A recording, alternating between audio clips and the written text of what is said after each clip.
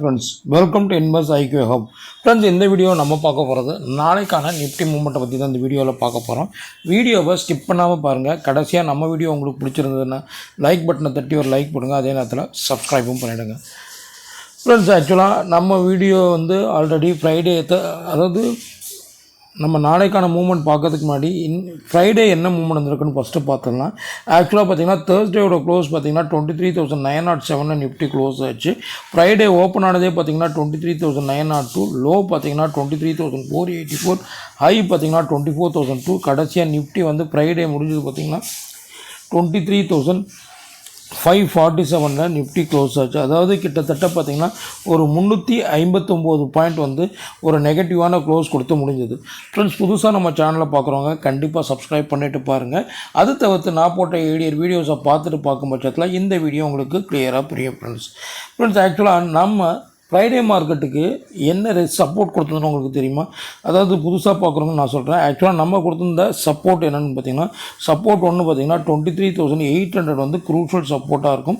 இதை உடச்சி வாங்கும்போது 23,700 கீழே போகிறதுக்கான வாய்ப்பு அதிகமாக இருக்குது. ஸோ அதனால தான் தம்ப்நெயிலையும் நீங்கள் பார்த்தா தெரியும், நிஃப்டி 23,200 உடைத்து கீழே செல்லுமான்னு தான் அன்றைக்கி ஃப்ரைடேயோட தம்ப்நெயிலும் கொடுத்துருப்பேன். ஸோ அதே மாதிரி தான் முடிஞ்சது.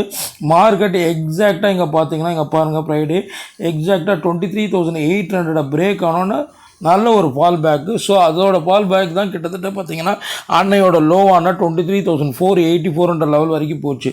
ஸோ எக்ஸாக்டாக நம்ம கொடுத்துருந்த இடத்துல நீங்கள் செல்லோ புட்டோ, அதாவது சப்போர்ட் 1 23,800 நீங்கள் 24,000 இறங்கும் போதே பண்ணியிருக்கலாம். அப்படி எனக்கு டவுட்டாக இருக்குன்னா கூட சப்போர்ட் கிளியர் கட்டாக அந்த இடத்துல பிரேக் ஆகும்போது செல்லோ புட் ஆப்ஷன் எடுத்திருந்தோம். நம்ம கொடுத்தது 100+ பாயிண்ட் டவுன் சைட் போகும்னு சொல்லியிருந்தோம். பட் மார்க்கெட் அதற்கும் தாண்டி கிட்டத்தட்ட 484 பாயிண்ட் வரைக்கும் டவுன் போயிடுச்சு. ஸோ அதனால் இந்த இடத்துல எக்ஸாக்டாக அன்றைக்கி ட்ரேடிங் எடுத்திருந்தால் கண்டிப்பாக ஒரு ப்ராஃபிட்டபிள் ட்ரேட் பார்த்துருக்கலாம். பட் எப்படின்னு தெரியல, நீங்கள் கமெண்ட்டில் சொல்லுங்கள் ஃப்ரெண்ட்ஸ். ஓகே ஃப்ரெண்ட்ஸ், இப்போ ஃப்ரைடேக்கான மார்க்கெட் முடிஞ்சது. நாளைக்கு எப்படி இருக்குன்னு பார்க்கலாம். ஸோ நிஃப்டியை பொறுத்த வரைக்கும் இப்போ டோட்டலாக பார்த்தீங்கன்னா ஒரு நெகட்டிவ் சைடில் தான் இருக்குது. So first support in case market இறங்குச்சுன்னா நிஃப்டி இன்னும் ஃபர்தராக எவ்வளோ தூரம் இறங்கும் நம்ம ஃபஸ்ட்டு பார்த்தலாம்.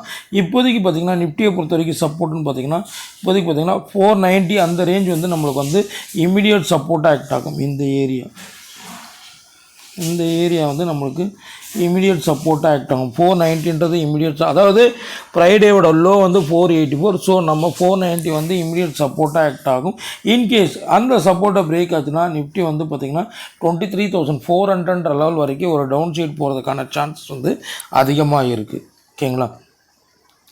ஸோ இப்போதைக்கு அதாவது நாளைக்கு டேட் என்னென்னு பார்த்தீங்கன்னா 6th June, அதாவது 1/6/26. ஸோ அப்படி பார்க்கும் பட்சத்தில் நிஃப்டிக்கான சப்போர்ட்டு நம்ம பார்க்கும்போது சப்போர்ட் 1 பார்த்திங்கன்னா 23,490 ஆக்ட் ஆகும்.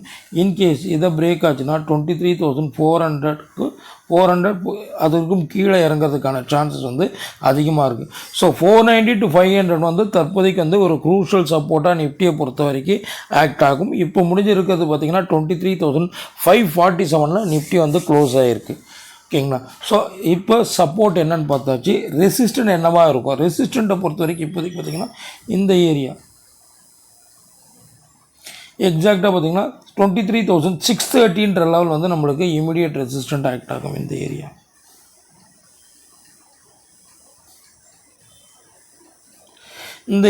நம்மளுக்கு இமீடியட் ரெசிஸ்டன்ட் ஆக்ட் ஆகும். இன்கேஸ் இதை பிரேக் ஆச்சுன்னா எவ்வளோ தூரம் பார்த்தா மேலே போகும் பார்த்திங்கன்னா, அதாவது ஆல்மோஸ்ட் 23,800, அதாவது இந்த லெவல் வரைக்கும் போகிறதுக்கான